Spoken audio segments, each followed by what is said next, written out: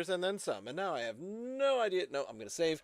I'm gonna save the Two Crows proper glass for the final one. And Fine. what'll we put some of these in? We'll put these starters here, and then we'll there. Okay, I've got my glasses all sorted and ready to go. Good. God. Oh yeah. So we should be live. So the live link that I sent you, the YouTube link, that should now it would have just been like the picture of the beers, and then once I'd hit whenever I say the go live button, anybody that's watching that, they see us, our delightful faces. And Does that get sound effect happen as well? Does it go to everybody? depending on your computer settings, if you've got a computer like mine. Did I did I ever tell you about about two phones ago? I've got another new phone, but 2 phones ago, my phone, whenever a message came in, it just went ding, and I couldn't tell if it was is that an email? Is that a work message? What is that? And I have to go check, and it got kind of I like to know before I go and see what it is. So I recorded my own voice saying different things. So it was me saying Gmail or Facebook message, Outlook, Teams, this kind of thing. And so every time I got a message or an announcement or things like that, it would be my voice. And it drove Brittany crazy. She hated it. I thought it was awesome. I thought it was hilarious. I thought it was genius. But apparently not. Anyway. We've just literally come in 15 minutes ago from the city, which is why I've kind of just thrown the beers on the table. I haven't even taken my hat off. We didn't light the fire today because we were out all day, so it's a little bit chilly. So I am sitting here. It's about 1 degree, I think, outside now. It's not freezing today, is it? But it's still no. I turned on. I set the fire for the family, so when they got home this afternoon. But that's upstairs. Yeah. Down here, it's like 15-ish degrees. Basically. Right. Well, I nipped into NSLCs while I was in the city to see whether we could pick up stuff that we couldn't get in the valley here, hoping that there was going to be something Two Crows-ish to pick up, and it was exactly the same fare as we have around here. So Space Words was there, Pollyanna was there. Oh, there was a light lager from Two Crows, which was 4%, and I thought that's still on the page. I mean, at some point in the future. But there's so I didn't get any. There's a spirit store. I forget what it's called, Wine and Spirits or something like that. And they have things that are a little bit different. Okay. At theirs, I'll send you the thing. Anyway, regardless, it is 8:08. It's starting late, but I could have started early, but I was busy putting my kid to bed. Regardless, I am Ross. Joining me as my co-host Ian, and also sneaking in the background is Rebecca joining us, and trying to come up with a proper send-off to the Two Crows Brewing Company, we are attempting to drink Nova Scotia Dry. We've been talking about this particular closure for, 3 weeks? I think they've had it announced for, when was it announced? Just last month? February? Well, now I can't remember. But, and even just these last few days, because we talk about it every week, and we talk about the state of things, and I have conversations with other friends about what's going on with the breweries and whatnot, and honestly, what's happening in Nova Scotia at this point, because there's some political things happening, and I know you don't follow the politicals, but even you, I have to ask, are you aware of what politically and announcement-wise has happened in the last 6 days? War in Iran? Oh, the war in Iran, said Rebecca. Is that what you're referring to? No. More local than that. Oh. More local than that. The Nova Scotia Premier, the guy in charge of Nova Scotia. Oh, yeah. The arts thing. Are you talking about the arts thing? Yes. Where he announced his big budget, and he said, listen, we don't have a lot of money, so we're cutting X, Y, Z, and Q. And then everyone went, you can't cut X, Y, Z, and Q? And he said, fine, you can have Q. So he gave Q back yesterday. Oh, I see. He said we were only kidding about taking away things for seniors, indigenous Mi'kmaq, and what was the third thing? But the arts are all still cut. But he gave back some seniors programs, some health programs, some mental health programs, some programs for indigenous First Nations, So he did give back a few things, but yeah. So anyway, you didn't know, it's fine. Doesn't matter. Doesn't matter. I But didn't. there's been some That's stuff. good. There's been some stuff going on even since I, last week. But we're here I to talk thought about you two were going to. I thought you were going to talk about something to do with beer when you said a sort of announcement of a few. I thought, oh, what's happening? Is it great news for the Nova Scotian beer industry?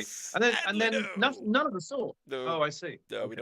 we don't have good beer news yet. I mean, and yeah, we're here for the bad beer news, for the happy retirement. You can get a lot of these cans. We were just talking about this. There's still a number of cans available in the NSLC, so do get in and try to get some of these. So we are working what I call the gauntlet of IPAs, starting with a New England IPA and going just numerically up from there. But here's the thing that we were talking about. So we've got up here number one ish is the What in Tarnation New England IPA. Now this has been a part of theirs because we've had this twice. We've had this previously. And this is just an IPA, a New England IPA coming at 6.1%, and on the side it says velvety, lush, and juicy. So then Ian goes in and he said, "Hey, I found an IPA. This is New England IPA from Two Crows. Endless Vacation, 6.1%. What does it say on the side of the can? Velvety, lush, and juicy."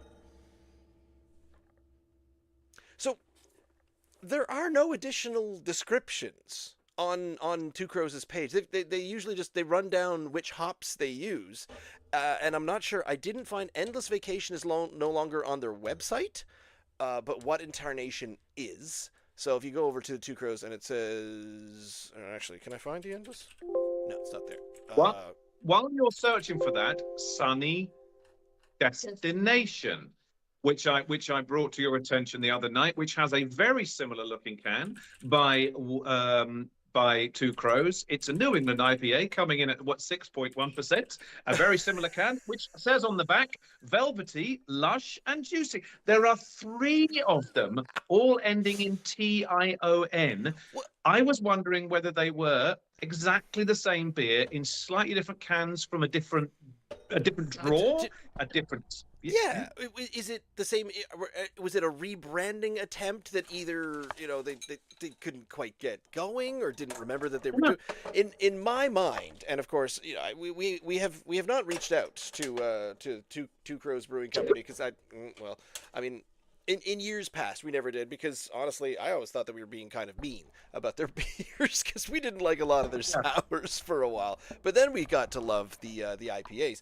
But so in my mind I have this comic situation of them sitting together and saying, we made a new beer, put it in the new cans. Wait a minute, didn't we make this exactly the same as the other? Oh no! And you're just sitting around with 3 different. Part of me thinks that the comedic version of that says, "Oh well, we have to close down. We'll never be able to get past the reputation of getting that wrong." I don't think that's the case. It obviously had something to do with with the fact that the economy is terrible. So what my suggestion was, for our first beer, we're gonna have half a What in Tarnation and half an Endless Vacation, and try to see if we can distinguish. Yeah, if they're the exact same beer or not. Right. Okay, that's a good idea. So I'm pouring in the What in Tarnation here first, and again, 6.1, both of them. Velvety, lush, and juicy, which for a New England IPA, that's exactly what you're looking for. Yeah. The bonus of pouring 2 at once is I can wait for the head to go down on that one. You can smell them. I'm going to pour half for myself and half for Rebecca. Just the two Crows strands one. I'm sorry. The velvety smooth and just 2 of them. Not Yes, three. let's do. Yes. There we go. There's half there. Okay. And half there. I mean, look. I mean, we have done What in Tarnation before. Like you said, twice. So it's not as if I'm going to be. This is not earth-shattering. I know what I'm going to get here, and I and you, all 3 of us, in fact, have been so turned on to New England IPAs over the last couple of years. It's not even funny anymore. It was funny because we were like, how is this possible that slowly but surely we've become big fans of big, juicy, hazy IPAs? And I got to say that even though you didn't write the marks down the last time we did it, apparently not. It's a real gooder. It's big, it's juicy, it's hazy, it's bloody delicious. It's Mm. one of the best examples that I can find of a single, not a double or a triple hazy IPA. One of the best that we've tried in the province. Yeah, you say that, but I feel like I don't think there's been a where it says on the can New England IPA or NEIPA. There's not been one of those that we said, ooh, yeah. So a New England IPA often screams safety to me, and I say I'm pretty sure I'm gonna like this. I'm pretty sure I'm gonna like it. Whereas insofar as where it just says on the can IPA, there are a small number of beers that I would say I really enjoyed and thought were really good, mostly because they were like a New England IPA style. Yeah. But where it just says IPA, very still hit or miss for me. I recognize that. I'm talking about the New England styles, the one that say we are juicy, we are hazy, and we are fruity. Yep. This is one of the best examples that I've had in the last year or two, I would say. They smell exactly the same. So good start there. Oh, you've poured them both. Okay. I missed that bit. I didn't do that yet. I'll pour the other one. So Endless Vacation. Endless Vacation. Does it look exactly the same, Ross? I'm expecting it to. So far, and I haven't got the entirety of the What in Tarnation out of the can, but the Endless Vacation is just a tint lighter. Just a small tint. It honestly, it is the difference between mango juice and grapefruit juice, only in color. Oh. Smell identical. The smell of the can, they both have a very sweetened, juicy smell right at the top. Yep. And you can smell that. Oh, there's something. What is that? What is that? I'm seeing it too. I am seeing a subtle difference in the color. They're both opaque, completely big, hazy, juicy things. They're probably full of sea monkeys, completely opaque. Oh, yeah. And but there is a definite color difference. The head is sticking around. It's got a beautiful, frothy, delightful head on the What in Tarnation, whereas the Endless Vacation, it almost went away immediately. Okay, there's the subtle difference. It's discernible for sure. Just a tiny bit. Smidge. So again, the comedy of the situation in my mind is, the guy comes crashing into the brewing room, the brewing lab, and says, "There's a number of people that don't like the What in Tarnation as much." So why not? What do they have a problem with? It's just a shade too dark colored. Tear it all up. Back to the drawing board. Lighten it up. Yeah, these will sell like hotcakes. Don't worry, I've got an idea. This will fix them.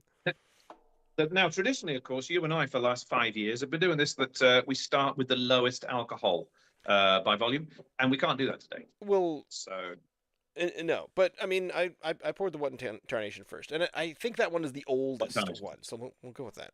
I can't quite get it all into the glass, but I think we're good. Are we all set for the What in Tarnation? Do you know which is which? I do. They both look exactly the same. Yeah. Velvety, lush, and juicy. I believe they're both going to be. Tarnation's What in Tarnation is a tiny bit darker. They smell. I mean, this smells just the business, right? Yep. Everything you want from a hazy, juicy NEIPA. Some kind of. I feel like it's like an apricot or something. Mm-hmm. Anywho, right. What in Tarnation? Down the hatch. Cheers, all. Cheers. Cheers. Have you guys had no Pollyannas in the house? In the houses? We'll come to that. It's calls for a Pollyanna. Refreshing. 100%. Right? I know it's March the 11th, something like that. Yeah. And it's only one degree, but it's very refreshing after a busy day in the city. I could easily slam this down in one go if I wasn't supposed to be really tasting it. We have not done the Pollyanna. Right. Well, I did mention that last night, Ross, that there was another one in the house. Therefore, Pollyanna will have to do for another night. That is another fantastic IPA by Two Crows. And that says Northeast IPA, and it also says 7.3. So that one's, yeah. Now, this is something, of course, several that weeks of we've Two brought Crows up. comparison here. This is an adventure. How many times have we brought up in the past? Every time I read NEIPA, for some reason, I say northeast, and then correct myself. I start by saying a northeast, and I correct myself, remembering that NEIPA actually stands for New England IPA. But what have they put on the front of their Pollyanna? They've put Northeast IPA. Just to confuse us even further. Absolutely, it just muddies the waters even more. So therefore, I think the term is almost interchangeable. When you talk about an NEIPA, yes, you're talking about a northeast, a stroke New England, a northeast of the United States, or in the east coast of Canada. We know there's a distinctive difference between the NEIPA and the West Coast IPAs. It's very different. The West Coasters are big hoppy things. They're more bitter. They are more. They are skunky. Rebecca always calls them. They are what we didn't like from IPAs traditionally. It's only since the New England IPAs have become so available that we just began to drink these and thinking, hang on. It's not IPAs we don't like. It's a style of IPA that we like less than others. But as we've talked about, the three of us came up on the IPAs simultaneously, but Ross and I plateaued at East Coast and you went over the hill to the West. You like the piney ones, you started saying. Yeah. I don't necessarily prefer them. That would be a misnomer. I don't. I really prefer the New England style, the big juicy hazy ones, which is why the Happy Place and the Tropical Storm, those huge big double IPAs, juicy as all hell. I still absolutely adore those. I don't want a hot bomb. I still don't want a hot bomb. I don't want to smash. I don't want these single malt and single hop varieties. They still turn my face inside out. They still make me gag if they are too hoppy. And yet there are some people to this day, Ross, that still can't get enough of that, right? They still want big sellers again. And it's one of those things, because what was the theory that craft brew flavors wise, they start down in the States, move their way up the West Coast, and then charge across east. So the British style West Coast things will eventually get here. It'd be big popular again. I'm kind of glad that we're getting into a New England IPA. And I will say, you say you don't know why you started calling them Northeast IPAs. I know exactly why. My very first episode, in the first 10 or so that I did before you were here, I had a New England IPA, and I spent the entire episode calling it a Northeast IPA by mistake. The whole thing, and it wrecked me, and I was I felt mostly embarrassed by that, but I just sounded like an idiot for the first time drinking one. So I think then 5 years later, your vocabulary is my fault. Was it necessarily a mistake though? Because if two crows who know a thing or two about beers and IPAs, buddy, they're calling it they're calling Pollyanna a Northeast IPA. So does it matter that maybe the term is interchangeable? And I mean, mate, that's not the reason why they've just folded, I'm sure, not on the strength of the fact they got the name wrong on the front of one of their IPAs. We've been doing this for years now, this using NE as a Northeast rather than New England IPA. It doesn't matter. We know what we're talking about. It's the East Coast, big, juicy, hazy, fruity IPA, of which this is a bloody good example. I haven't tried the Endless Vacation because I've just been swigging the Tarnation. I'm a little ways through the Tarnation. My main takeaways, I don't find the flavor that punchy. It's not very strong. It's very sessionable for a 6.1.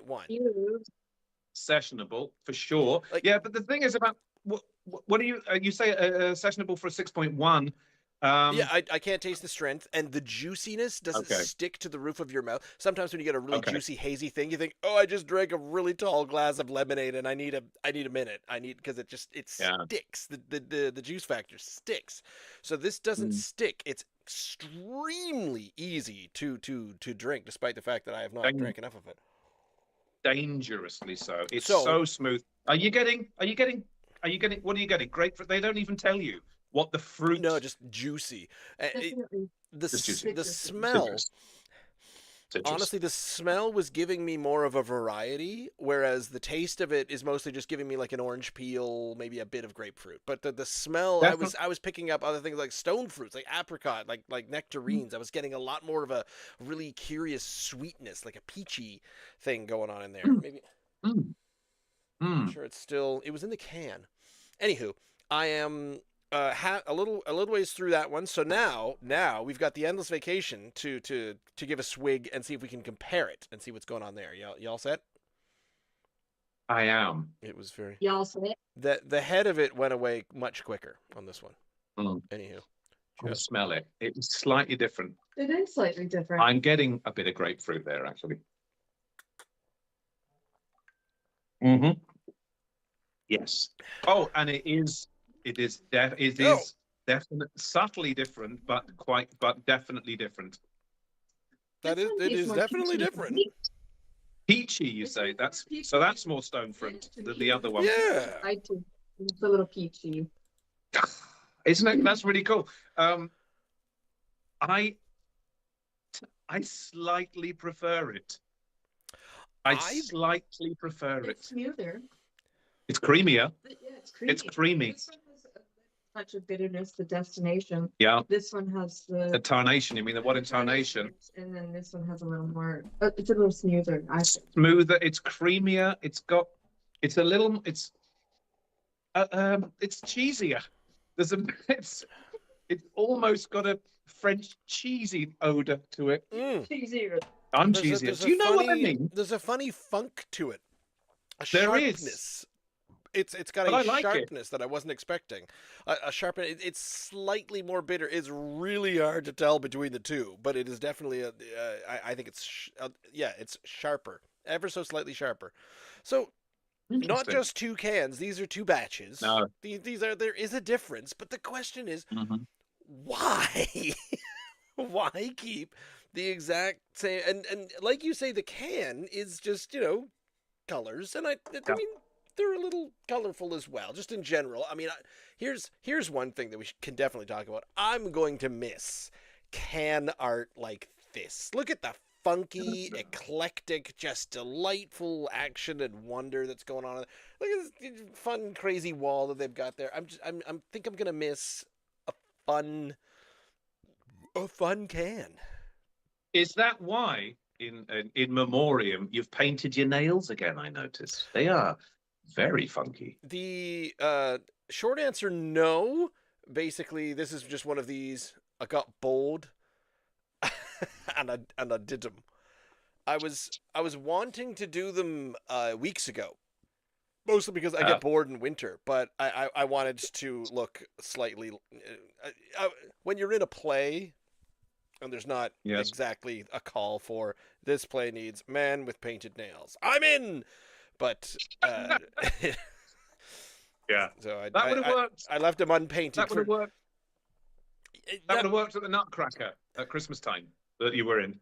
That'd have worked perfectly. Maybe. Well, if I did them a solid color, but the other side of that is like, I'm gonna, I have to look mostly kind of a little bit normal. But I'm like, one color isn't enough. Like, I want to do stripes, and let's put a star, and let's do a little bit of this, and I want to make it a little more fun. I prefer this one. They are both fantastic New England IPAs. This one, like I said, it's a little funkier. It's a little more distinguished than the other one. The other one, what in Tarnation to me is just what I want from a New England IPA. And as boring as that sounds now, it is a really good example of what a Northeast / New England IPA delivers. Big, juicy, fruity haziness that's nicely chilled, and it's 6.1%. This is a strong beer, Ross. This is a strong beer. Yep. I know you're Canadian. You don't think, no, it's not. That's not a strong beer. But I'm British, and I still think 6.1 is still a bloody strong beer. Not compared to what we've got coming up after this, by the way, in the IPA territory. Oh no, but now for we're starters, into something completely different. I know we are. What in Tarnation? Oh, this is so sad because this is such a bittersweet evening. You started off by saying that we weren't. Two Crows did not bowl me over. The first experience I had of them was my friend Dejan Merkic, that you know, that owns the bar in Greenwood. He knows a thing or two about beer because he's been dealing with it for sort of 15 years. We went to the Two Crows, a brewery in Halifax, maybe 7 or 8 years ago, and I've got to say, this is the first experience I had of them, and they did not bowl me over. The establishment inside, by the way, was fabulous. It looks like it was. It's an old. It's like the inside of a factory. It's got these. It's huge high ceiling. Or the ductwork, the open steel ductwork was there. The vats are there for all to see. It had the really lovely open plan feel, and I guess that's it behind you. While I stood there at the bar and had 3 or 4 tastings of their beers. But like I say, I'm going back quite a few years. None of which I liked. I thought they were all thin and watery and very distinctive, but not in a good way. Do you know what I mean? I know. Not one beer I tried did I think, oh, I could have another one of those. I'm glad I'm only having a taster of it because they were just too weird, too funky, and these weren't. This was long before I started getting into the IPA thing. I don't know what they were. I can't remember. They were just really not very good. Well, there's now I had as a result of that, of course, I steered clear of all Two Crows beers for 3 or 4 years. And then, of course, you and I had 1 or 2 of theirs, and in your measly little podcast, and I thought, that's not bad, that's interesting. And then, bless them, we tried their Mambo selection one evening. Two Crows about 3 years ago, right? Yep. That stout collection of Mambo number 2, 3, 4, and 5, and that evening I became a fan of Two Crows because it was so weird, and so. This movie one. So was oh no, never mind that. That was the evening I finally said, all right, Two Crows, I'm on board. You're trying something very, very different here that maybe not all the companies are trying. And that evening, you and I, even though by the end of it you turned very pale and almost threw up on live. Through the saccharine sugariness of these 4 different stouts that they had prepared. In a good way. In a good way. No, but what I'm saying is it was such a fun evening of tasting, and I kind of thought, good on you, Two Crows. You've done something quite interesting here. And sort of ever since that evening, more or less everything we've tried of theirs, and the IPAs being perfect examples, have been fabulous. So that when they finally decided to shut the doors, when they announced it 3 weeks ago, I thought, oh no, don't do that. You're brilliant. What a shame. I have decided to look through, and going all the way back to apparently the first Two Crows I had was apparently the Jamboree Sour. We had a couple of sour. I forced you to drink sours one night apparently, and you hated them. So we had the Jamboree Sour was my introduction, and we've been down a couple of times. And like you say, in person, and I don't even remember what I had, but it was all kind of this is all very pale because they didn't do a lot of dark beers, which was why the collection of imperial stouts is the most bonkers thing that would come out of that place. Because it wasn't their style, and I accepted that. Specialize in things. Do what you want.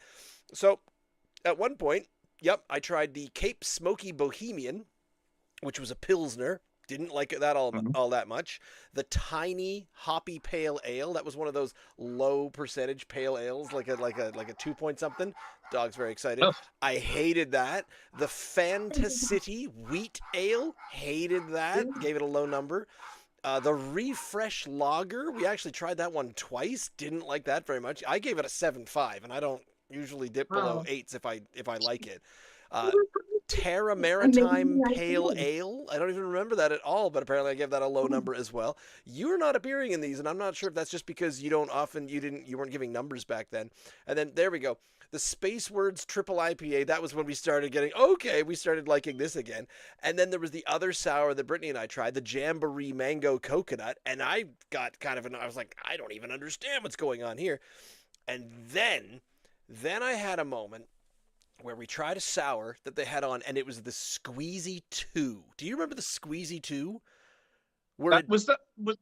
There was one that you said, look, it's a milkshake sour. That one, right? And you said, look, I tried this, and I said, well, I'm going to the city. You said, get this, because you won't believe what you're going to taste. And I thought, well, it's going to be a sour. So if it's a sour, I'm not going to be on board. And you were like, no, but Ian, hear me out. You need to try this thing. So Rebecca and I went there. Was that 3 years ago, Rebecca? I think it might have been. It was a very, very snowy day because we had to park down the road and then walk. It was three Januaries ago, so 2 years ago, yeah. Right, there we go. 3 years ago, and that was my next experience into Two Crows. That was only the second one, and I thought, yeah, I'll come in here. And at the time, I bought that. There was one called Sol or Sal. I think it was called Sal. I bought 2 or 3 of the Two Crows at the time, thinking, come on then, Two Crows, I'm here again. Wow me, because I'm led to believe that this sour is quite something. Was it ever? We hate sours. Yep. They're not to us. They're not beers. But you said forget about that. Forget about.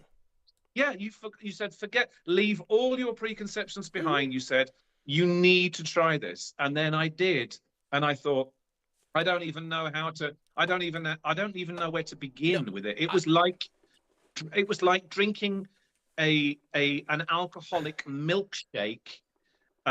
With some kind of fruity thing going on with it. It was deep purple. It was so. It was like blueberry. It was a blueberry smoothie, but strengthened with. It was so strange. So that got my attention. And then later we had the Mambo night with all 5 of these imperial stouts. But then a few weeks later we tried. They had a stout called the Classic Dry, Stout. And we in a black can hated it, yeah. But then we later we tried the What in Tarnation. That was our first night for that. I didn't record marks for that because I apparently wasn't. There's the One in Tarnation, and then the Sal Italian Pilsner. That was on a Pilsner night, and I don't remember thinking that was very impressive. Oh, there's Sunny. Was it Sunny Destination? You've got Sunny Destination. That's the other one that has this can. This yellow and blue and thing going on. It's a very, very similar can. When we did we drank do that last May. Okie dokie. We had the Sunny Destination last May, and we loved it. So that was us coming back into the Two Crows style of things, and then apparently later we had the West Coast Pale Ale, the Adanac West Coast, which I didn't like, but you did.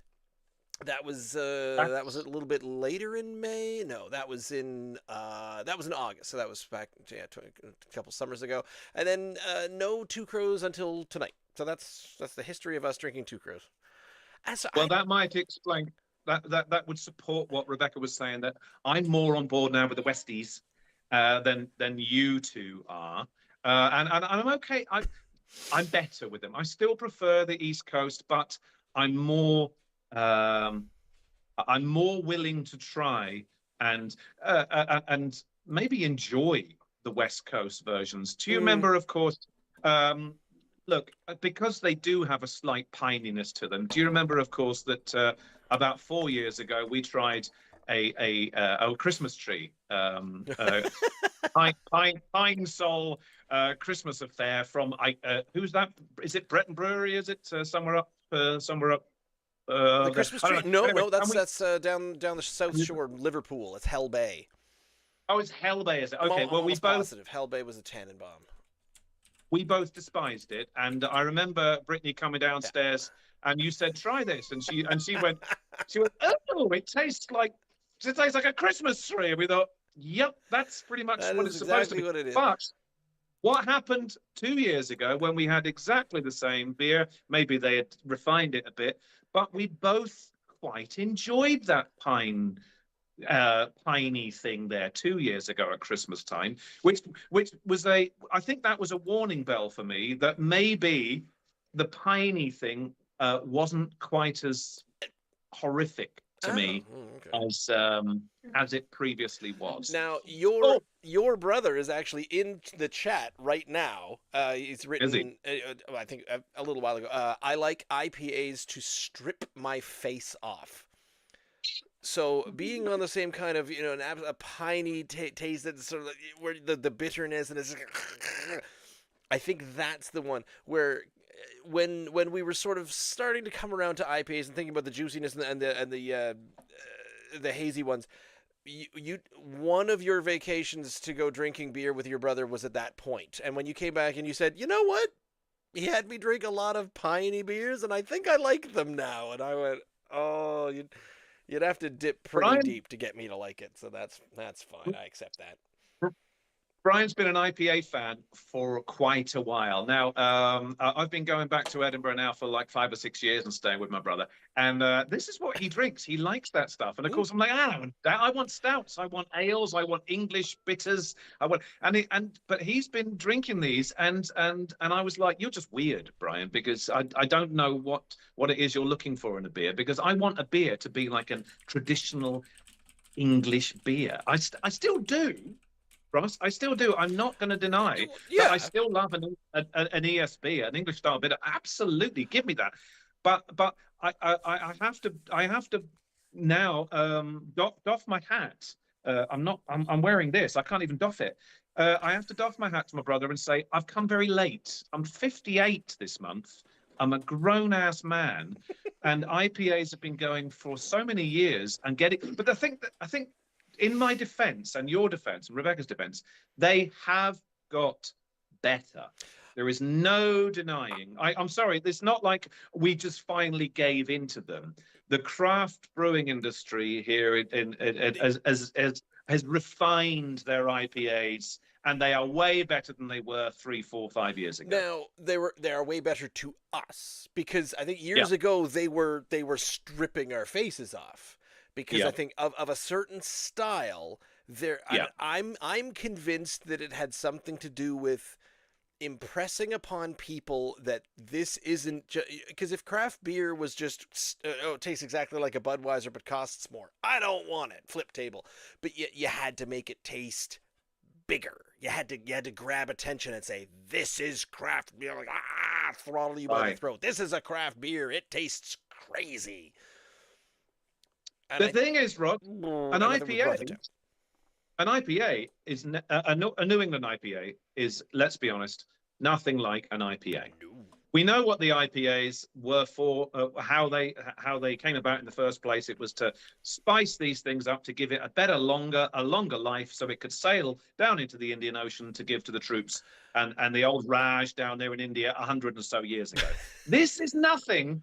Like, they're not going to say this lovely, hazy, fruity, hoppy, juicy thing is going to do anything even if it gets out of the coast.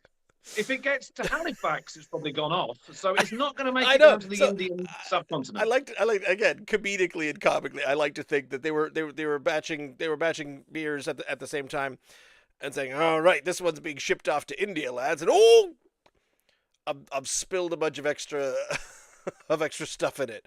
Oh, what's that? Yeah. Oh, what's that? Oh, it tastes like juice. Oh, that won't make it to India. How far will it make it? Might make it to Halifax. This comes from Barbados. This is how this tastes like. It comes from a big hazy tropical kind of. I do feel like I'm in the tropics.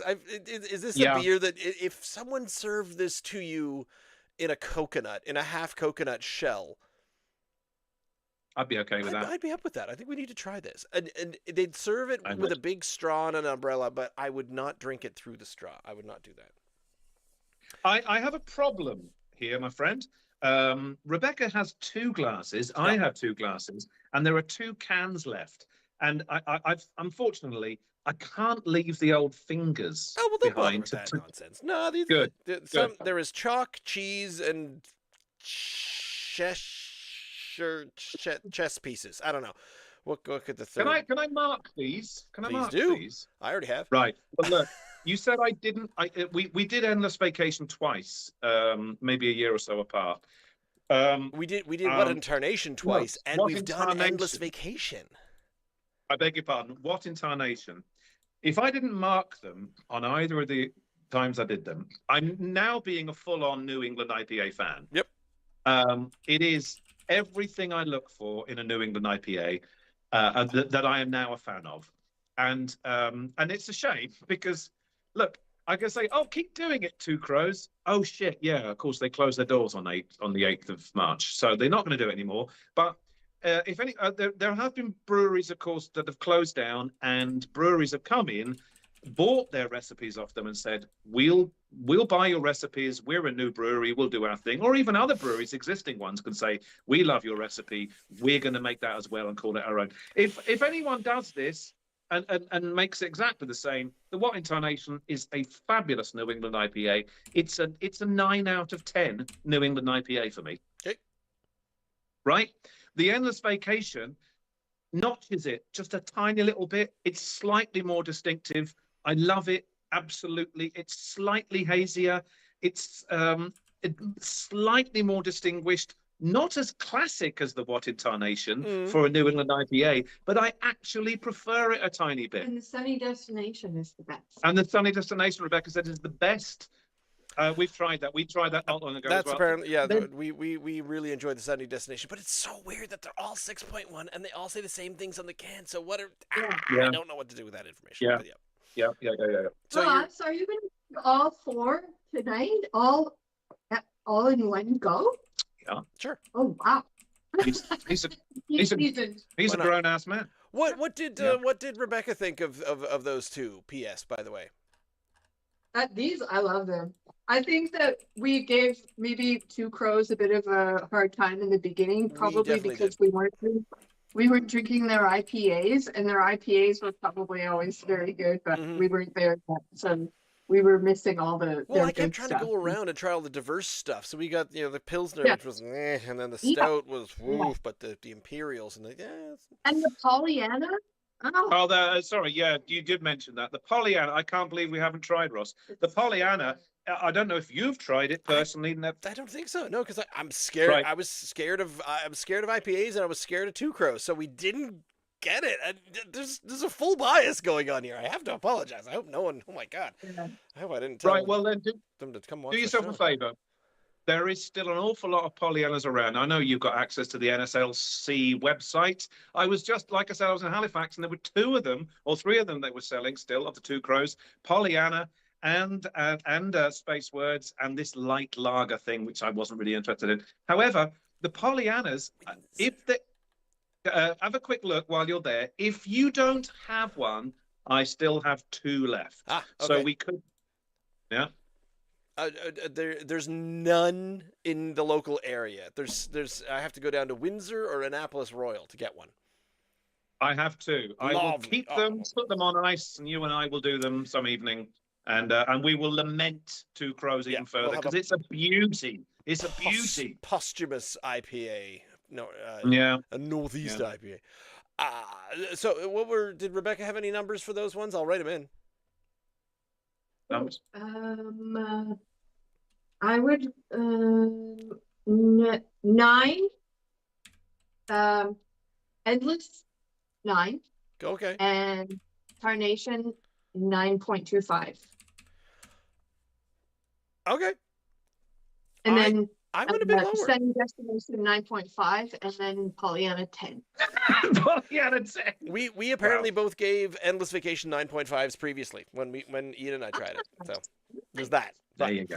But we got to get on because we are running. I mean, I think we're going a bit long. But so we've got so the next one up is moving up in strength is the 8.5% is the C words West Coast Double IPA, and I love that they stuck with the words because the space words was there because of the ingredients, and so now I'm kind of curious about the hops that are going into the C words. Do I have?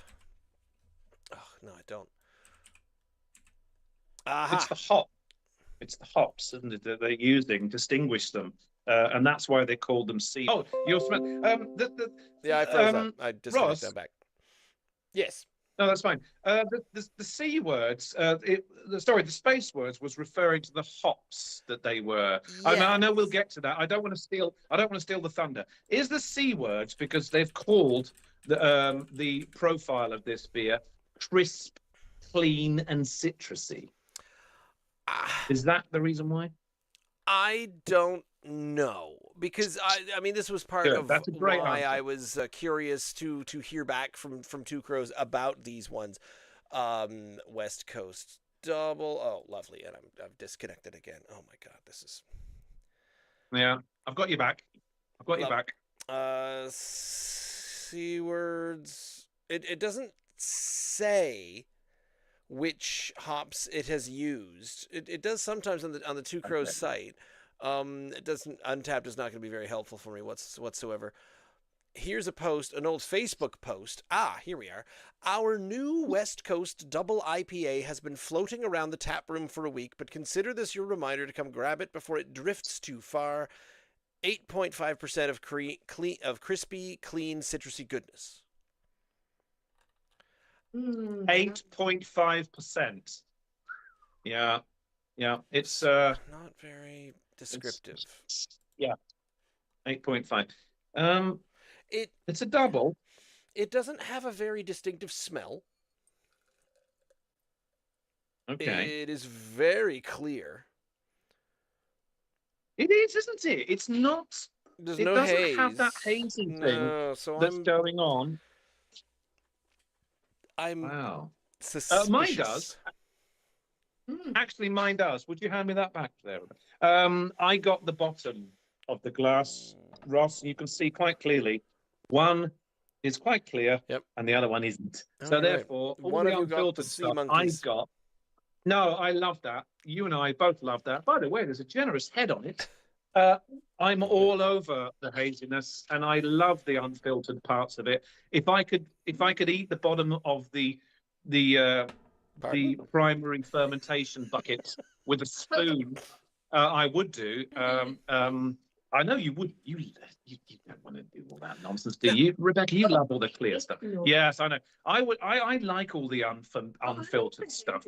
I don't like chewy things. I like chewy stuff, which is why I brought up a number of times that I love Scrumpy cider. Absolutely, I love Scrumpy cider. You can keep your diamond whites and your strongbows and all that clear nonsense to yourself. I love big, thick, juicy stuff with rat pubes and corks and things that you've picked off the floor and thrown in there. I love all that stuff, and that's why I love unfiltered beers. Chunky bath. Yes. More malty. Is it maltier? It smells more malty. Ew. Okay. First of all, gross. How am I this? It's pretty hazy for me. I'm not a full clear Zordon through that. It's obviously not as hazy as the New England IPAs, and I'm trying to get a bit more of the can into La Glace. Luckily, I've still got some of these previous IPAs too. It is. Quench me thirst. It doesn't absolutely. It doesn't have the nose for sure of the other two, and it's saying in those three C words: crisp, clean, and citrusy. This is smelling like a fruity lager. But at 8.5%, how can it get away with that? Is this going to be like, remember that Prime 10, the 10% lager that just. I know. What was going on there? So maybe I know. And this is what bothered me, and I had this conversation where I said, how can you make a 10% lager? And someone was, well, yeah, it was Ian Smith that at Tapestry Beer Bar and Sac Vegas Brewing Company. There it is inside of the glass, 833 Sackville Drive. And he mentioned that, you just, you can brew it a certain way, and anyone can get a stronger beer like that. And I said, why aren't we drinking 10% beers all the time? Like, I don't get why we've got this kind of 5. Let's keep things around 5, unless it's specifically said that it's supposed to be of a different type. No, bring it on. I'd drink a 9% Pilsner. I'd try it all. What, every night? Brittany works at a school. You just can't turn up every day smelling of booze. I'm not saying she does. I'm not saying she does. But I'm using her as an example that if you're a professional person and you like a glass of beer in the evening, you're not going to say, I'll make 3 or 4 pints of 9% beer, because I'll make two claims. One, I work from home. Yes. So the imagination is the limit. But 2, I have never, occasionally, I have gone out to lunch with friends, but I drive to lunch to meet friends and I said, oh yes, that's Friday, let's have a beer for lunch. And we do that. And I have done that since being work from home, but not once ever have I sat down during work hours, because obviously we're outside of work hours right now, inside of work hours, work from home, in the 6 years that I've been working from home, not once have I sat down during working hours and had any kind of alcohol ever. You inspire me. I don't know why. I don't even know if I'm proud of that or not. I don't think I am. It's just a thing that I say, you know what? I don't know. I was in the military for 23 years. I can't claim the same thing. In fact, I worked in Belgium for 3 years, and at lunchtime, half of the office disappeared for 2 or 3 pints at lunchtime, and they were all Belgians and French and Spaniards, and that's right. And then they came back, and not a jot of work got done in the afternoon. But doesn't matter, because the military was paying for it. This is fabulous.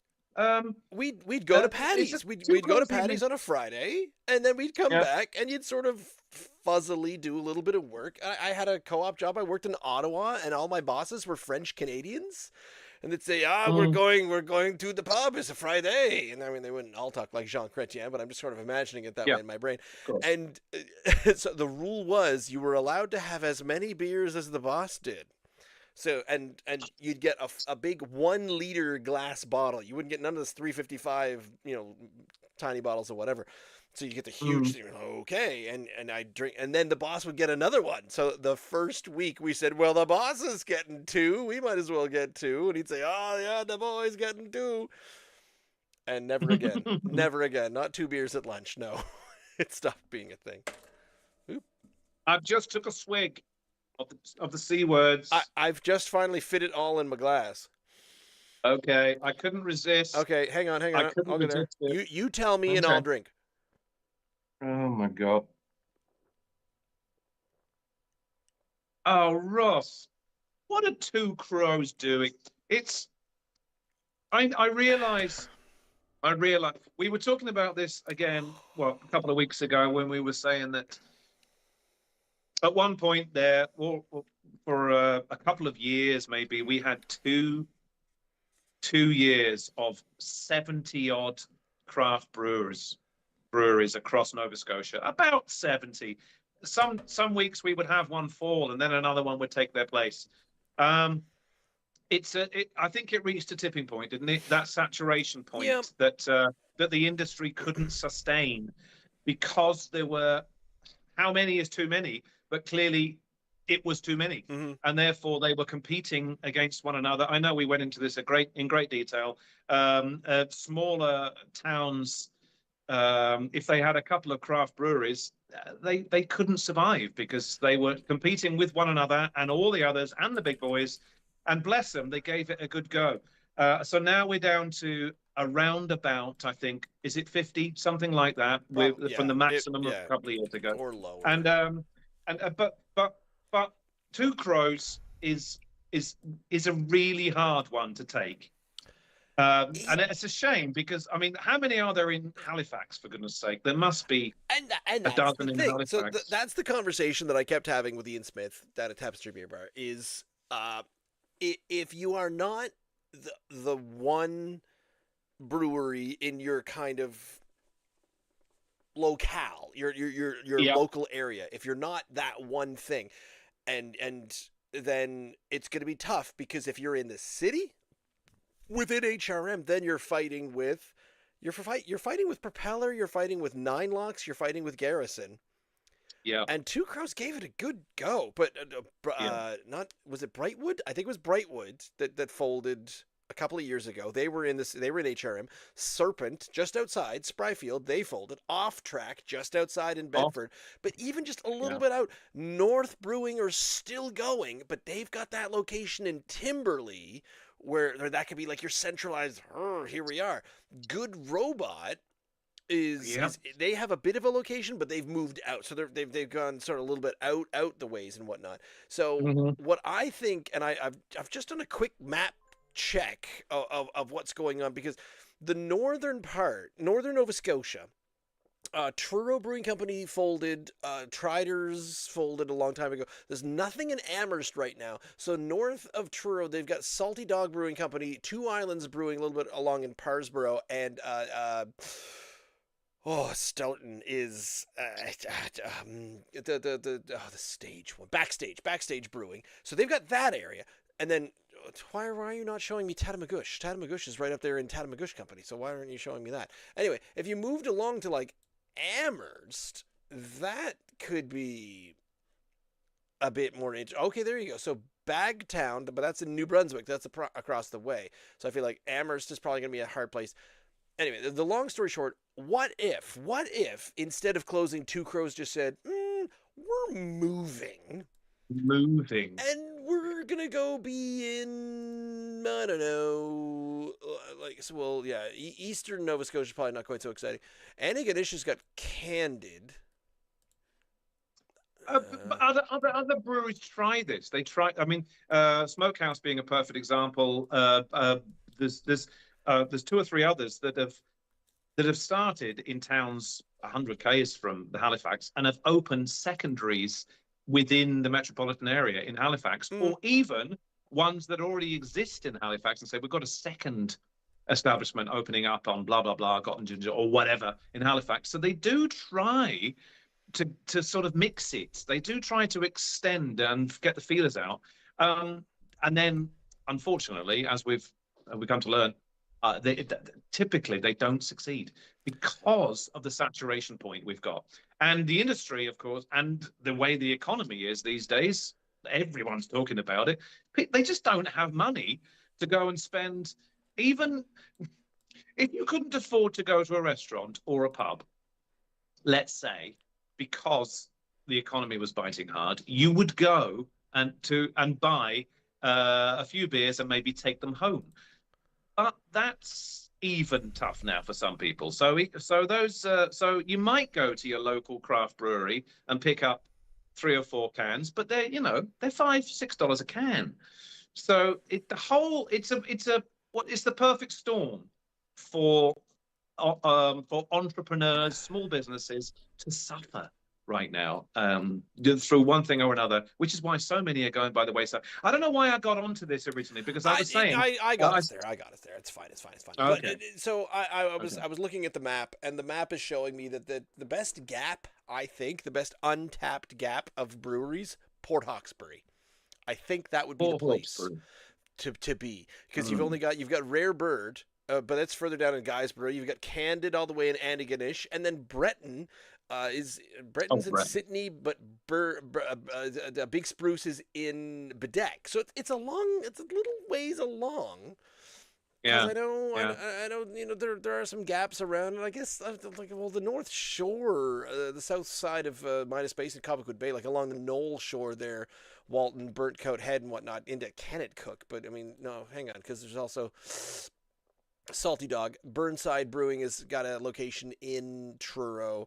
Good Robot is down there. So the Central Nova, maybe a little Stewiacke? Do you want to be the Stewiacke beer brewing company? I'm a little worried. Could you and I go and do this? I mean, we make a bit of beer now. Maybe we can go and put our own little place in there. Obviously. I mean, how hard can that be? But no again, it's a bit saturated, and I was just about to bring up that it is a little bit saturated around here, because we've got between Horton Ridge is the next eastern one before you get to Windsor, where you've got Schoolhouse and Bethnale, and well, that's the home of Brig and Bark. But Brig and Bark have a tap room here in Port Williams. So just along here in Port Williams, we've got Brig and Bark tap room. We've got Bay of Fundy, which was Wayfarer's Ale, and then. But then along we've got Paddy's. Now the Saltbox location in Wolfville closed, but we still got Paddy's, Church, and then a little ways along is the Horton Ridge Malt and Grain. So we're kind of and then sea level is kind of a little ways out to the north. So this little area is pretty saturated, which is I think why Saltbox didn't work, and I think why I hate saying this, but Bay of Fundy Brewing closed down for like a month. They have been closed. Their doors are shut. The store's not open. You cannot go in. You cannot even go and buy beer, and it makes me sad. And I'm really curious and worried about the future of the company and as to what's going on there. And I've got the ear of a couple of people trying to figure out what's going on, but I haven't heard the news, and I feel like didn't know that. What I'm going to hear is either going to be here we go. This is our summer. Let's break out and let's have lots of things and lots of events. Or they're just going to say, nah, wasn't worth it. We're done. Well, what are they, like a kilometer and a half from your house? I did not know that. I know they were shutting doors on a Sunday, so you couldn't do your open mic anymore. I thought so too, but as it turns out, fully shut. Oh, I see. Well, you didn't mention Church Brewing there. I don't think. Maybe you did. I don't know. That's another one right on your doorstep. I thought I tried to. Temporarily closed is what it says. Okay. I'm really pleased here because Rebecca has just handed me her half of the double IPA. It's a Westie, and that doesn't surprise me. But did Rebecca not like it? Tell me why Rebecca didn't like it. This is the part that I'm the most curious, because this reminds me. Do you remember North Brewing's Malternate Reality? Yep, totally loved it. That's what that reminds you of. Well, the Malternate Reality, we really dug, because that was one of the first IPAs that we really were on board with, because it was a maltier version. She cracked this open, she smelled it, and she said, it smells malty to me. So you would think at that point, we're going to be on board with this, but she didn't like it. Didn't? Unfortunately. Oh, talk me through it, because I thought it smelled boring. I didn't get anything off of it, but drinking it, this is the pub ale. This is the pub ale, the nice, smooth, malty, crisp. What are they going for? Is crisp, clean, and citrusy. Honestly, for advertising, I'm not getting a lot of citrus. It's crisp. Nor am I. It's clean because it's removed from all gross stuff that I like or that I don't like. It's really creamy and smooth on the the whole thing. It's velvety, and does it taste like, what is it, 8.5? It's an 8.5. 8.5. And it does. You don't taste the booziness of it. No. I'm so curious why Rebecca didn't like this, because I feel like she and I align on a number of different beers usually, but this one didn't land. We've found, did we not, when we first tried the first double IPA, back in the days when we both went, Satan, be gone, I'm drinking an IPA, I don't want this. When we first tried the first double IPAs, we were like, hang on a minute. What? Why is this better than a single IPA? We both thought that, and we had to do a bit of research. And of course, because we thought, if it's a double IPA, it must be twice as hoppy. Therefore, it's going to be twice as acidic, and skunky and Yeah. West Coast, and it's going to blow our faces off through hoppiness. And it was quite the opposite, because we both said, "Hang on, this is easier to drink than a single, or its single hoppy version of it." And of course, we had to learn that they doubled the malt as a result of doubling the hops. Because science, you have to increase the ingredients. Balance, science and balance. Therefore, it was a sweeter affair. That Malternate Reality, which wasn't a double IPA, but they really gave up. They gave more malt to it. That's why they called it the Malternate Reality. This tastes sweeter and smoother and far more balanced than a lot of the single versions do. There's no really bitter, like it's clean, refreshing. That I want this all of the time. There's apparently lots of cans, not in New Midas doesn't have anything good, but over in Wolfville I can go and get many cans of this. And this is the kind of thing where I really need to go back to this spreadsheet when I'm planning out my birthday, and I'm sort of like, I think I just need to go in and buy just a bunch of these and say like, hey, here we go, have a bunch of these. They're tasty as all get out. What are the cans like, mate? There's lots of stuff going on there. I love these cans. You alluded to them at the top of the podcast. It's like the Australian reef, the Great Barrier Reef going on there. There's a hammerhead shark, very pretty, and lots of coral going on there. The Two Crows, sadly, the demised Two Crows emblem. I always thought, because you drink enough beer, and it's already blurred. Yeah, but it becomes Three Crows after a while, and then Four Crows. Yeah. I did appreciate the blurred vision. Oh, good, Rebecca's back. What does she think of the C words? What do you think of the C words? She gave it to me, so I think I'm guessing. Rebecca, can you score it, because you threw it back at me? You didn't like it very much. Oh, it's not that bad. I love it. Okay. Yes. What about you? 7.75. Her face actually told me quite different. It looked like she was giving it the too much, but maybe I was reading that wrong. 7.75. Hang on a second. If somebody asked me if I would have another at the pub, no, thank you. I'll try something different. Okay. It literally is coming across like a Malternate Reality. It's so smooth. I can't taste any of the booziness to it. I don't think it's as malty. Of course, it's closing. I don't think it's as malty as that. The Malternate Reality, to me, is when I was trying it, I had to reread the can. For me, the Malternate Reality, it's not even an IPA. It's not fair to say that, because I know it is, because I know what you mean. I know what you mean. But, yeah. But this, if you handed this to someone who's like, I'll have your double IPA, and you hand them this, a fan of double IPAs looking to what they're expecting, I think they'd spit this out. I'd be interested to see what my brother, who, like you said there earlier on, wants his face to be stripped off. That's what he wants. He wants hops to be exploding. What I'm learning, my brother is a fan of smashes. He wants a single malt hop explosion in his mouth, so that he's going. To me, I don't want my beer to be doing that. I still want it to be smooth and easy to drink. But I do understand why. I don't necessarily want it. I want it to be a far easier to drink, smoother and creamier and easier to drink thing. This is crazy easy to drink, and it's 8.5%. Doesn't make any sense. Doesn't make any sense to me.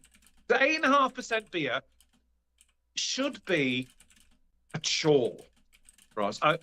We've had, is it the Leviathan? Is it Heritage Brewing's Leviathan? Is it called Leviathan? Am I big with L? Propeller made the triple IPA, the Leviathan, and that was incredibly smooth. And I'm looking forward to getting into. Oh my God, we got another beer to go. But that's fine. What's the one down on the south on the Heritage? What do they do that's a triple? Am I totally got that wrong? We had a Belgian quad from them a long time ago. Triple. No, it must be. I'm sorry. I thought that there was a triple at 10% down that Heritage did. So clearly, I'm mistaken. It would be the beer that's talking. I'm not sure. The best of my knowledge, we've had 3 triple IPAs, and one has been we had a small can called the Longest Night from North Brewing. We've had the Leviathan from Propeller, and we've had the Space Words from Two Crows. Interesting. Well, they should be. All of those should be a heck of a chore because beloved tipple of Kia, the Fax. 10%. Yeah. I find that a chore. I find Colt 45, which is, I don't know what that is, 9.5%, 10%. I find that a chore. Okay. It's like pouring Castrol GTX into your car. It goes. Give me a great idea for another night theme. We got to try this next. Well, maybe. It doesn't pour like liquid. It pours like oil. And as a result, I find it really difficult to drink. Whereas this 8.5, and I know what's coming up because we've had Space Words before, are crazy easy to drink at 10%. I gave this the business. I gave this double IPA. This is a 9.5. This is amazing. This is excellent. It is so smooth. It is so easy to drink. Yes, I would have another one of these. I was 5 sips in, and I was like, yes, bring me another one because I will drain this quickly. And it's a Westie. It is a Westie on the tin. That's the part that confuses me. Our Westies. So our Westies drinking gross IPAs, but really, really smooth, balanced, malty double IPAs. And I'm like, because a lot of our doubles around here are a little piney. But the triples around here. So, all right. I need a New England IPA, a West Coast double IPA, and a whatever triple IPA you've got. And then I'm happy. I'm good. I'm going with you. This is a 9.5. And if there are any C words, and I know there are, left anywhere in Nova Scotia, you and I are going to have to go on a road trip. I don't know. I'm so avoiding the homonym, which is C words, which would be your don't say the C word in mixed company kind of thing, unless of course you're Australian, and then apparently you just drop it all the time like you're just talking about donuts. Doesn't matter. Rebecca just said she's going to go to Windsor and pick up all the Pollyannas that are still going on the shelves. Good. There's a lot of Pollyannas. They must have made. They're not here, but they're everywhere else. No. I'm going to go around and pick up all the C words. Apparently there's some I'm going to go get cat. Let my wife know. I'm going to run around town and get all the C words I can. It's just. Why am I? It's fabulous. Isn't it wonderful? I know we've done Space Words before. This is their strongest beer, isn't it? It is. Please tell me it is. No, it's got to be. Well, yeah, it's got to be. Well, did any of the Imperial Stouts go higher than this? It's there was a 10.1. What did we have? We had a 10.1. Is that the Leviathan? Was it a 10.1, or I'm just making that shit up? Surely. There was Propeller. No, I mean, of the Imperial Stouts that we had from Two Crows that one night, I think one of them was close to 11. Oh, was it really? Okay. Oh, was it really? Okay. I've got my peanuts, by the way. I'm not letting the peanuts go, but I forgot my water. So do I refresh with peanuts and maybe I refresh? Maybe I cleanse my palate with the dregs of the Tarnation. Leviathan from Propeller is 10%. Okay. Space Words by Two Crows triple IPA with the Galaxy Eclipse and the Comet hops is a 10.1. 10.1. You can go sit at the back, Leviathan by Propeller, and we've got Galactic cosmic and tropical. They went with space words because just for funny thematics, and I appreciate this. I respect this. They just said, what would happen? What would happen if we just put only the hops that sounded like space words? Yeah. And you know me, I love a good thematic thing. I go for alliteration whenever I can in the titles of these silly podcasts, and we said, what are we getting into? What are we getting into? At a 10.1% triple IPA. But tell me, galactic and cosmic, fine. Spacey words. Tropical?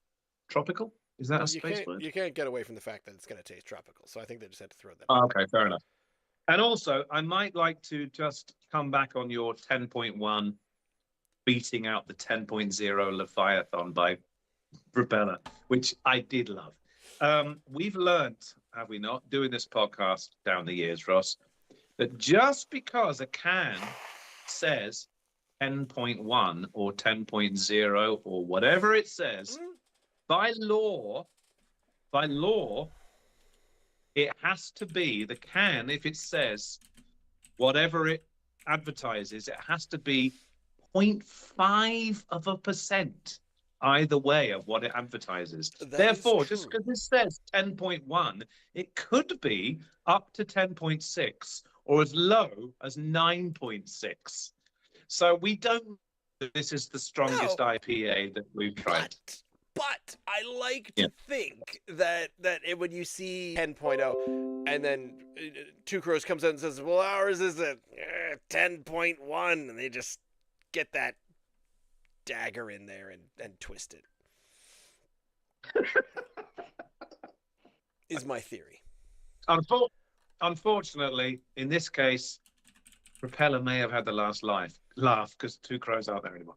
Whatever. Doesn't matter. You got me there. But by the way, Propeller and Garrison and Paddy's that have been going for 30 is it 30 years? Is it 30 years? I think it is 30 years. 90, 95, 96. So yeah, oh God. Yep. Yeah, that is. By the way, we should never ever do anything other than say thank you, Propeller and Garrison and Paddy's for even though we know you're maybe not big boys, but you know what I mean. We want the smaller guys to be competing and to be making great stuff that can compete with the bigger boys.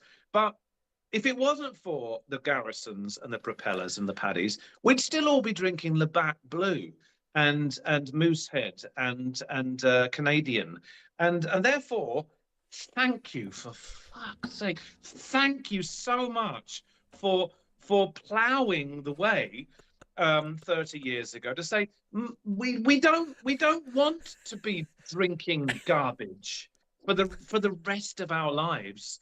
We want to be drinking something which is actually a bit different. It might not be open to, so therefore all these other guys that have come along and failed miserably in the meantime, I think Rebecca's coming here with she's waving a flag. She's waving a Canadian flag in the background. Oh, no, for you. No, that's American, isn't it? Is that the American national anthem? It like you were giving some American. I was giving some American constitutional. It's a bit of a propaganda speech, that's for sure.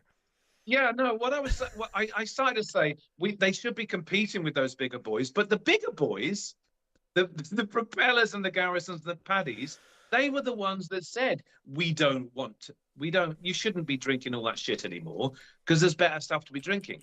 So therefore, they did lead the way for all these other ones to come in and say, yeah, okay, we'll give it a go as well. I like that on our one episode that we're trying to give a tribute to a brewery that had to be that had to go out of business.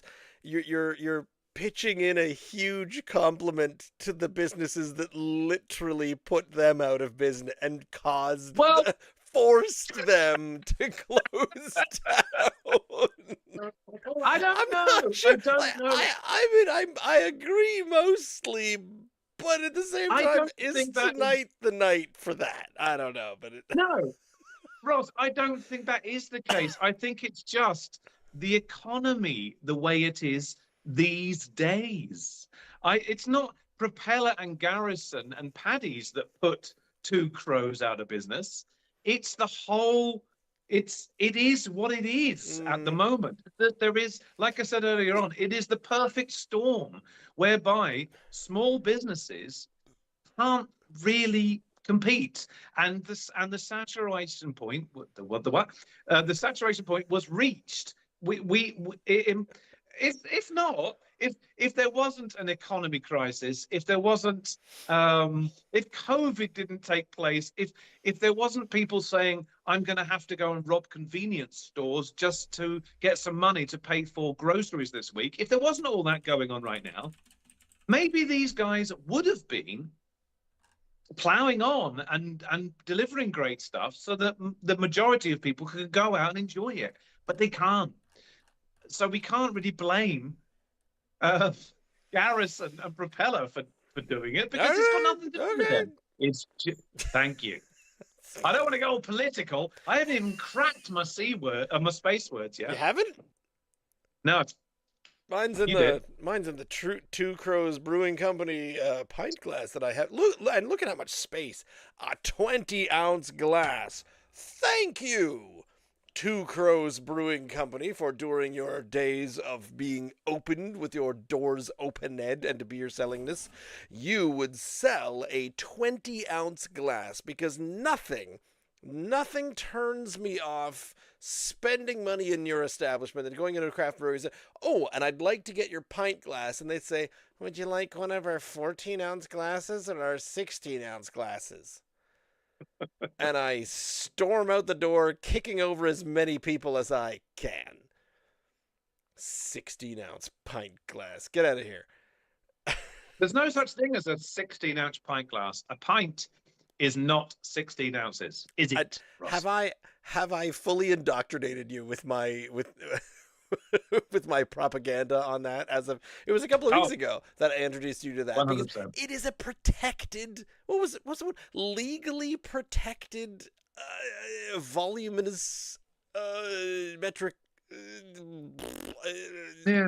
explanation of things, but it is actually legally protected title of your if you say it is a pint, it must be an actual pint. And you can go and tell the proprietor of said establishment, excuse me, you're calling this a pint. I'm not sure how many, cuffs upside the head you're allowed to apply or how big the complaint can be, but I believe you're allowed to reference the fact that it is a protected voluminous suffix. Volume measurement. That's the word I was trying to think of. It was in there somewhere. No, you're right. So you could say to the guy, listen, either sell me a full pint of it, since you said it's a pint and you've advertised it as a pint and as such, or I'm going to speak to someone that might make it difficult for you. And pretty soon they would come on board with you. Oh, don't make me bring in my 1 to 2 viewership podcast audience on you. I think because most of the places that I've gone to since learning this, they all say, here you are. A 14-ounce is $7, and a 20-ounce is $14. And you're like, And there's only a few places that say a pint of this you can get, where you can order it on the menu, but for the most part, it just says 1 beer is this, and then they bring it to you in this microscopic glass, and you're like, where's the rest of it, you jackasses? Can you smell this thing? Yes. You and I have had this. Can you do before I do the tasting thing again? Can you tell me what we scored this last time? I can. We gave it We gave it an 8.2, both of us. Okay. It smells. The reason for that is because we were having the Leviathan at the same time, and we both gave the Leviathan a 9.2. Wow. So it was up against the Leviathan. I mean, wow. Yes. So yeah. Okay. Happy send off, Two Crows. Thanks for being here. We're totally comparing you to Propeller all night. Sorry. Honestly, the C Words double IPA still remains one of the best things I've ever had. But it's wonderful. Here we are. Cheers. Triple. Cheers. At this point.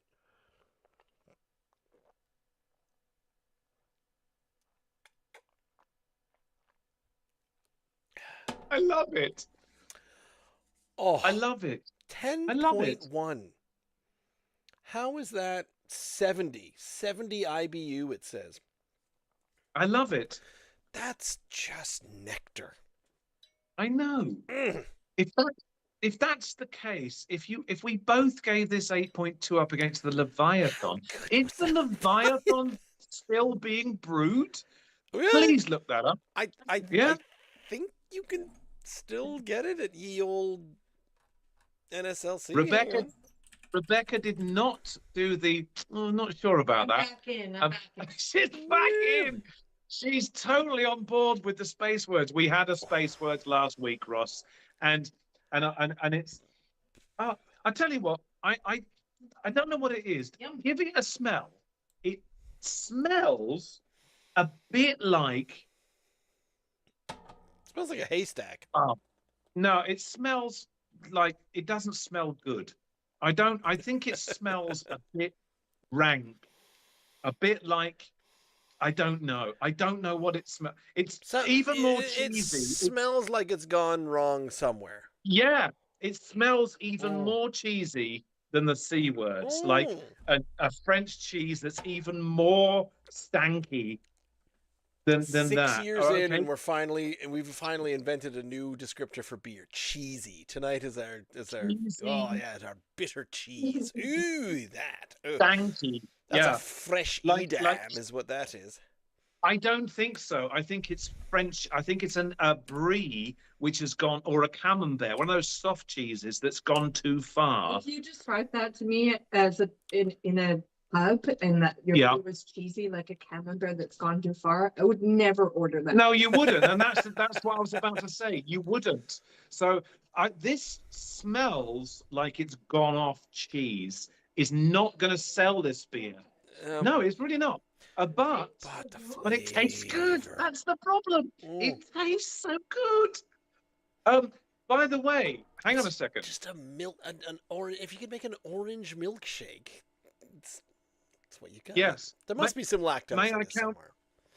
My account of this with this: if you decided to describe a camembert and a brie, you would say also that it smells like cheese, which has gone really bad, but it tastes really good.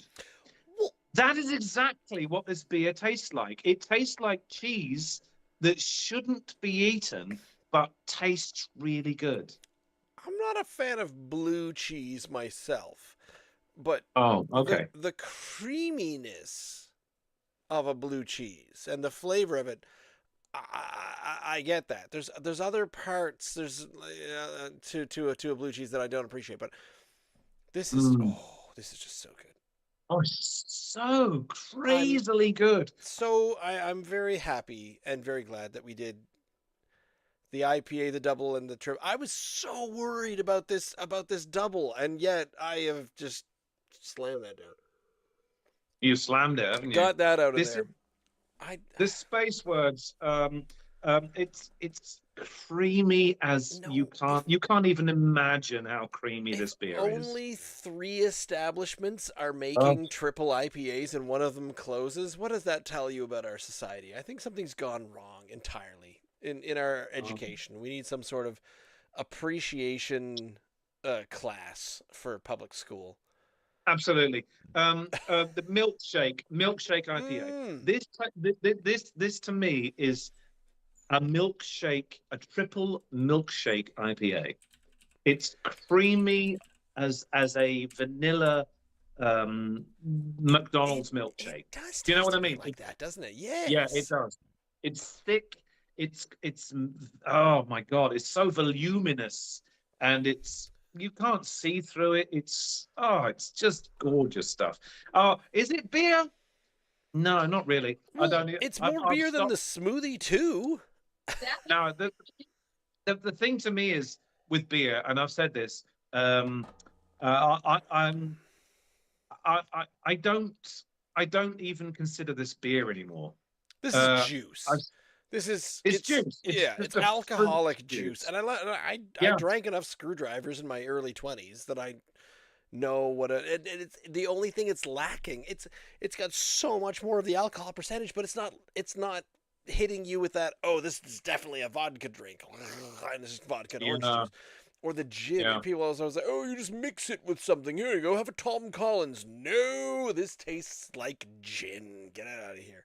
yeah. And when something tastes as tropical as this, Yeah. something as Oh, tropical, like it literally just fell out of a palm tree in we Barbados should and have got smashed over the head. coconuts to drink these out of half Totally. coconuts. Or grapefruits or pineapples. This is the haziest, fruitiest, juiciest thing you can possibly imagine. Therefore, is it beer? I ask that question all the time when I'm drinking a sour. I don't think a sour. I know it is because traditionally a sour is the most beeriest thing. They were brewing it 1,000 years ago. One It of the was originals. Yep. absolutely. I get that. I get that. But to me, a beer, because I grew up on beer, a beer was an English ESB, an English style bitter. That's what I started an hour and a half ago saying. That is to me what a beer is. This has taken beer to another dimension entirely. But my God, is it ever good? This is so good. Indeed. No, I agree. Yeah, I gave it some good. I think I've it's definitely not an 8.2 anymore. I've upped that to a 9.3. Yeah, it's freaking delicious. Good night. Good night, Two Crows. Yeah. Parting is such sweet sorrow. Wherefore art thou, Two Crows? To be or not to That's fine. be? That is the Two Crows. question. Whether 'tis nobler in the mind to suffer the slings and arrows of 1,000. Wait, how's that go? Whether I'm several Two Crows deep here, but whether help me out. Do you have to? I've got some left. I'm out of here. Good night. Whether 'tis nobler in the mind to suffer the slings and arrows of outrageous fortune, or take arms against a sea of troubles, or by opposing end them. There. See, I can do the first part. Anyway, thank you so much, Two Crows, for doing what you did. I'm sorry we didn't appreciate you when you were around quite as much as we should have. We did get around to it. But yeah, we're curious to see what happens next. And thank you again to Ian and Rebecca for joining me tonight for our Two Crows appreciation of the increasing numbers of IPAs. And we are here every Wednesday night. You can find us on our YouTube page, youtube.com/@drinknsdry. You can find us on all the podcasty places. I'll start updating that when I can. And we have also got the Instagram and the TikToks and the YouTube shorts and the different things like that. If you want to go straight to the source, you can go to drinkns.unsupervised.beer. And yeah, we will hopefully see you once again next week. Thank you so much for tuning in. Thank you to Ian's brother Brian for being in the chat. So good night.